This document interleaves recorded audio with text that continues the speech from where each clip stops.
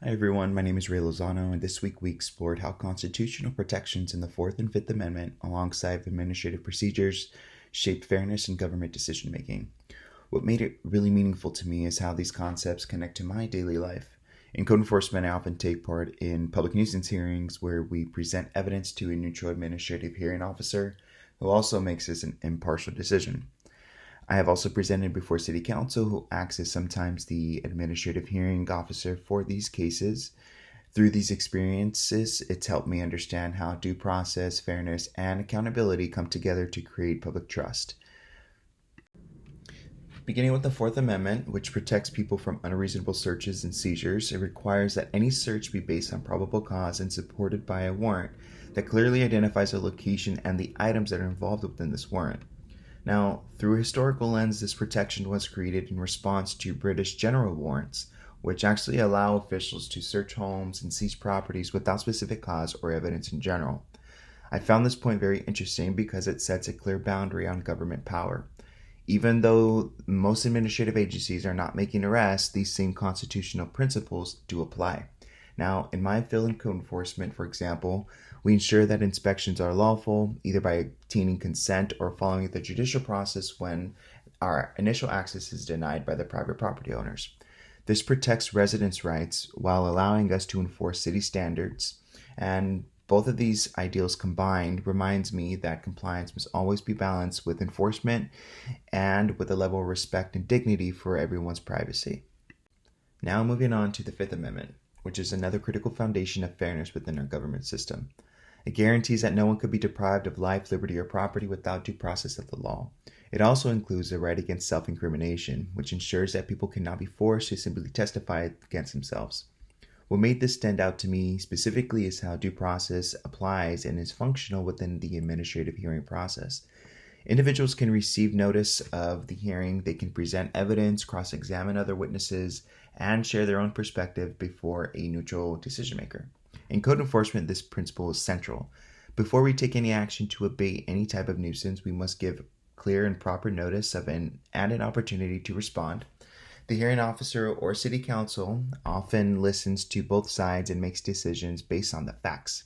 This process is not just procedural, it's moral, and it also ensures that residents feel heard even if they disagree with the outcome. An administrative law judge actually presides over these formal hearings within administrative agencies. These hearings can resemble the courtroom appearance, but they're very less formal. In these types of hearings, evidence is presented, witnesses can testify, and both sides make their case. The ALJ manages his hearings, rules on the objections, and issues a written decision at the end. In Congress, they allow for ALJs to actually make the authority to impose penalties and or sanctions. What I found most interesting while learning in this week is that they can operate within an agency, they remain independent in judgment as well. And this balance between structure and neutrality is actually very crucial for public confidence. Within my experience, our administrative hearing officers function in the same manner. They are contracted professionals who operate independently from the city, and when we bring forward a nuisance case, they evaluate the facts and decide based on the evidence.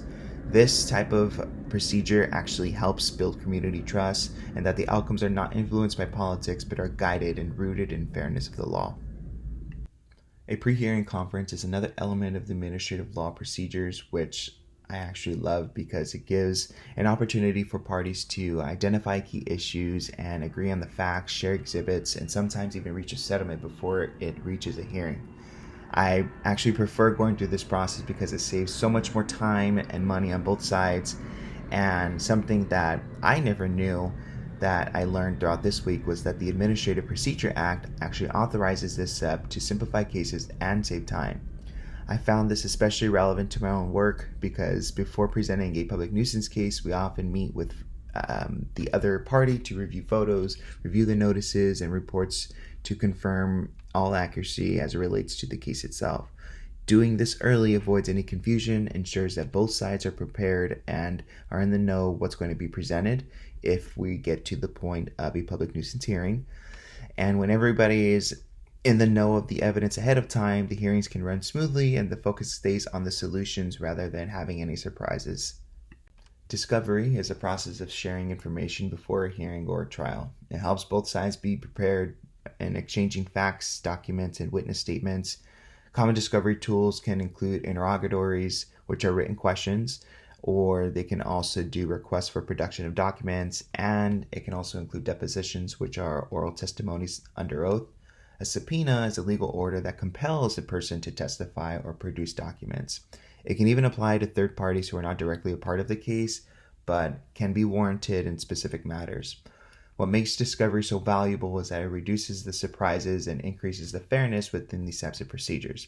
Everyone can walk into a hearing knowing what to expect, and as it relates to code enforcement, in our hearings, we share inspection photos, notices, and communications to build transparency.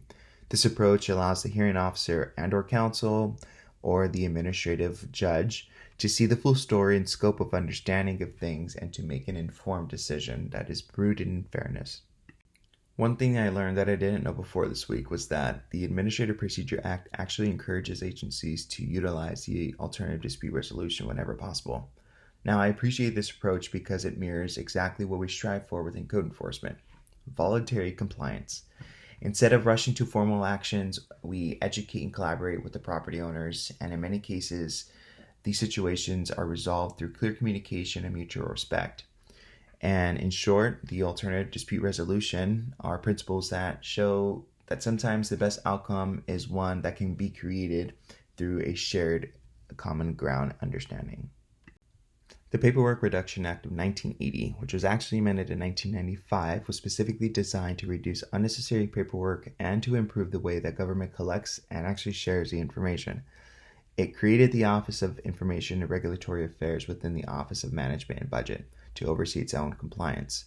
This act ensures that when agencies collect data, they do so efficiently while protecting privacy and avoiding redundancy.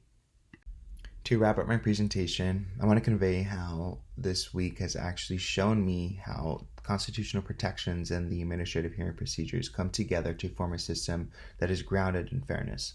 In my own experiences, these lessons show up every single day, along with my team, in how we serve our communities. From preparing a case to presenting it before a hearing officer or city council, every step must reflect fairness, transparency, and the care for the public that we serve. Understanding these concepts have deepened my appreciation for administrative law in general and its role in maintaining accountability. It's not just about the rules, it's about doing justice in a way that people can see and actually trust.